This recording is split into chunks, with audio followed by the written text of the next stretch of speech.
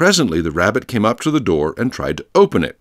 But as the door opened inwards, and Alice's elbow was pressed hard against it, that attempt proved a failure. Alice heard it say to itself, "Then I'll go round and get in at the window."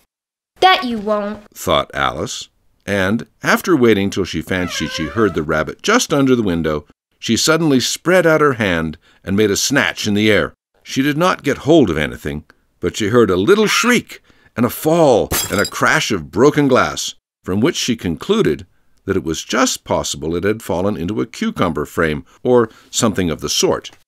Next came an angry voice, the rabbit's. "Pat! Pat! Where are you?" And then a voice she had never heard before. "Sure, then I'm here. Digging for apples, Your Honor." "Digging for apples indeed," said the rabbit angrily. "Here, come and help me out of this." Sounds of more broken glass. "Now tell me, Pat, what's that in the window?" "Sure, it's an arm, Your Honor." He pronounced it autumn. "An arm, you goose? Whoever saw one that size?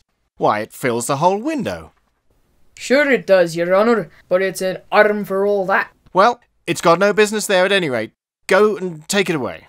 There was a long silence after this, and Alice could only hear whispers now and then, such as, "Sure, I don't like it, Your Honor, at all, at all." "Do as I tell you, you coward." And at last she spread out her hand again and made another snatch in the air. This time there were 2 little shrieks and more sounds of broken glass. "What a number of cucumber frames there must be," thought Alice. "I wonder what they'll do next. As for pulling me out of the window, I only wish they could.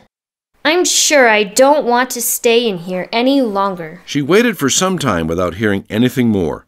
At last came a rumbling of little cartwheels and the sound of a good many voices all talking together. She made out the words, "Where's the other ladder?" "Why, I hadn't to bring but one." "Bill's got the other." "Bill, fetch it here, lad." Here, put 'em up at this corner. "No, tie 'em together first." "They don't reach half high enough yet." Oh, they'll do well enough. "Don't be particular." "Here, Bill, catch hold of this rope." "Will the roof bear?" "Mind that loose slate." Oh, it's coming down. "Heads below!" "Now who did that?" It was Bill, I fancy. "Who's to go down the chimney?" "Nay, I shan't. You do it." "That I won't, then." "Bill's to go down."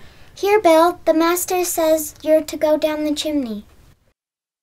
"Oh, so Bill's got to come down the chimney, has he?" said Alice to herself. "Why, they seem to put everything upon Bill. I wouldn't be in Bill's place for a good deal. This fireplace is narrow, to be sure, but I think I can kick a little." She drew her foot as far down the chimney as she could and waited till she heard a little animal, she couldn't guess of what sort it was, scratching and scrambling about in the chimney close above her.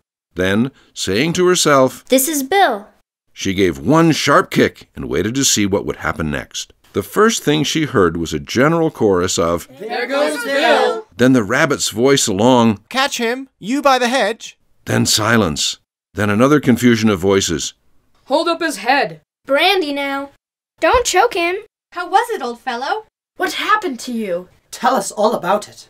Last came a little feeble, squeaking voice. "That's Bill," thought Alice. Well, I hardly know. No more, thank ye. I'm better now, but I'm a deal too flustered to tell you. All I know is something comes at me like a jack-in-the-box and up I goes like a skyrocket. So you did, old fellow," said the others. "We must burn the house down," said the rabbit's voice, and Alice called out as loud as she could, "If you do, I'll set Dinah at you." There was a dead silence instantly, and Alice thought to herself, "I wonder what they will do next.